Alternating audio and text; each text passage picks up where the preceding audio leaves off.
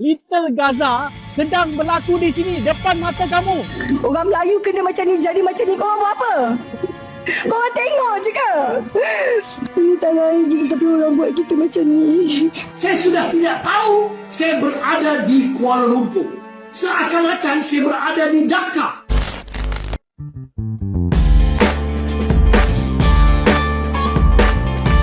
Dalam beberapa dekade terakhir, Malaysia menjadi salah satu tujuan utama para tenaga kerja Indonesia.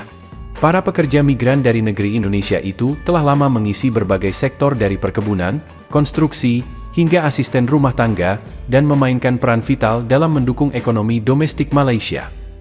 Hubungan historis, budaya, dan bahasa yang relatif banyak kemiripan antara Indonesia dan Malaysia membuat arus migrasi ini berlangsung cukup alami dan stabil.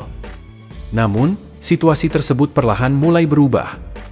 Kini, semakin banyak tenaga kerja Indonesia yang memilih untuk bekerja di kawasan lain, seperti Timur Tengah dan negara-negara Asia Timur seperti Jepang, Korea Selatan, dan Taiwan. Ini memicu kekhawatiran tersendiri di kalangan warga Malaysia. Walaupun dalam keadaan diam menahan gengsi, namun, sedikit demi sedikit suara muncul ke permukaan. Di balik keprihatinan Malaysia atas bergesernya minat pekerja Indonesia, terselip alasan yang lebih dalam ketimbang sekadar persoalan ekonomi dan kekurangan tenaga kerja. Malaysia menghadapi tantangan demografis yang kian kompleks.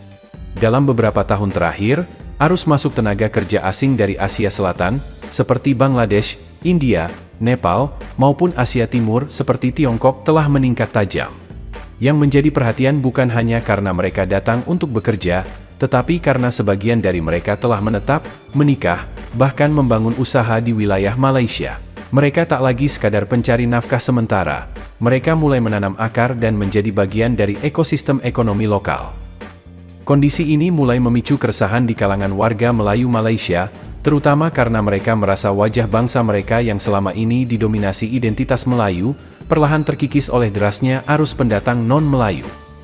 Di pasar-pasar tradisional, di sektor informal, bahkan di jalur perdagangan grosir dan retail, terlihat semakin banyak usaha yang dimiliki dan dikelola oleh warga keturunan Asia Selatan atau Timur. Sementara itu, warga lokal kerap merasa tersisih dalam kompetisi ekonomi yang semakin ketat. Slogan tersirat Malaysia sebagai tanah Melayu mulai mengalami tekanan. Bukan hanya secara ekonomi, tetapi juga secara kultural dan sosial. Kekhawatiran akan diambil alih oleh komunitas non-pribumi, bukan lagi sekadar wacana pinggiran, tetapi menjadi perbincangan nyata di ruang-ruang publik, media sosial, dan bahkan pernyataan-pernyataan resmi politisi. Ketimpangan ini dirasakan semakin mencolok, ketika warga Melayu merasa bahwa peran mereka semakin tergeser di tengah kampanye modernisasi dan globalisasi. Di tengah situasi ini, Malaysia menyadari pentingnya mempertahankan arus tenaga kerja dari Indonesia yang dianggap lebih dekat secara etnis, agama, dan budaya. Tenaga kerja Indonesia tidak hanya dipandang sebagai pekerja, tetapi juga sebagai kelompok yang dianggap lebih mudah berasimilasi dengan masyarakat Melayu Malaysia tanpa membawa potensi gesekan sosial sebesar yang dikhawatirkan muncul dari kelompok-kelompok migran lainnya. Oleh karena itu, muncul strategi-strategi terselubung untuk menarik kembali minat pekerja Indonesia. Malaysia berupaya memperbaiki sistem perekrutan, memperlonggar regulasi, dan menjanjikan kondisi kerja yang lebih baik. Tujuannya jelas, agar tenaga kerja Indonesia kembali menjadi tulang punggung sektor informal Malaysia, dan pada saat yang sama membantu mempertahankan dominasi demografis Melayu di tengah laju urbanisasi dan migrasi masyarakat dunia. Namun tantangannya tidak mudah. Negara-negara seperti Arab Saudi, Uni Emirat Arab, Jepang, dan Korea Selatan menawarkan gaji yang jauh lebih tinggi, perlindungan hukum yang makin membaik, dan citra pekerjaan yang kini tak lagi dianggap rendah. Selain itu, generasi muda Indonesia kini memiliki pandangan yang lebih selektif terhadap pekerjaan migran, dan lebih melek informasi tentang hak-hak buruh serta peluang di luar negeri. Malaysia berada di titik kritis. Di satu sisi, mereka sangat membutuhkan tenaga kerja untuk menopang sektor-sektor ekonomi yang krusial. Di sisi lain, mereka juga sedang berusaha keras menjaga identitas nasional dan keseimbangan demografis yang selama ini menjadi basis politik dan sosial negara itu. Ketidakhadiran pekerja Indonesia dalam peta migrasi kerja Malaysia bisa menjadi celah yang cepat diisi oleh migran dari latar belakang budaya yang sangat berbeda. Dan ini semakin memicu keresahan internal. Jika tidak segera dikelola dengan kebijakan yang matang dan sensitif, Malaysia berisiko menghadapi pergeseran sosial yang lebih dalam.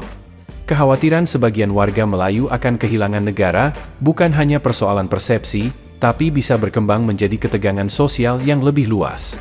Dalam konteks inilah, keberadaan dan keberlanjutan tenaga kerja Indonesia menjadi lebih dari sekadar soal ekonomi. Mereka adalah bagian dari dinamika geopolitik dan identitas bangsa Malaysia itu sendiri. Kini, Malaysia berdiri di persimpangan sejarah yang sunyi namun menegangkan. Persimpangan antara masa lalu yang akrab dan masa depan yang penuh ketidakpastian. Negara yang selama ini bangga menyebut dirinya sebagai tanah Melayu, mulai dihantui pertanyaan eksistensial yang tak pernah benar-benar diucapkan dengan lantang. Masihkah tanah ini benar-benar milik Melayu? Arus globalisasi, tekanan ekonomi, dan gelombang migrasi telah mengikis batas-batas lama, dan dalam kekacauan itu, identitas nasional yang selama ini dibangun di atas fondasi etnis mulai tampak goyah. Tenaga kerja Indonesia, yang dulu dianggap sebagai mitra serumpun, sebagai cerminan Melayu yang datang dari seberang, kini perlahan memilih untuk berpaling. Mereka menuju negara-negara yang menjanjikan lebih upah, lebih penghargaan, dan lebih perlindungan. Mereka yang dulunya hadir tanpa banyak suara, yang menjadi roda diam dalam mesin ekonomi Malaysia, kini meninggalkan celah besar yang tak mudah diisi. Celah itu bukan sekadar kekosongan tenaga kerja. Ia adalah lubang yang langsung menghantam jantung demografi dan keseimbangan sosial negeri Malaysia. Dan dalam kehampaan itu, wajah-wajah baru mulai berdatangan dari Bangladesh, India, Nepal, dan Tiongkok. Mereka datang dengan tenaga, tetapi juga dengan ambisi. Mereka bukan sekadar buruh upahan, mereka membuka toko, membangun jaringan bisnis, dan dalam waktu singkat, menancapkan akar di tanah yang dulu dianggap eksklusif milik Bumiputra. Mereka tidak berteriak, tetapi kehadiran mereka kian kuat dan kian nyata. Perlahan, kota-kota besar mulai berubah. Bahasa yang terdengar di pasar berbeda. Nama-nama di papan toko tak lagi akrab di telinga. Identitas yang dulu tunggal, kini menjadi mozaik yang kompleks. Dan bagi sebagian orang Melayu, itu adalah sesuatu yang menakutkan. Di jalan-jalan, di warung-warung kopi, di forum maya dan meja parlemen, mulai muncul kecemasan kolektif. Apakah kita sedang kehilangan negeri ini?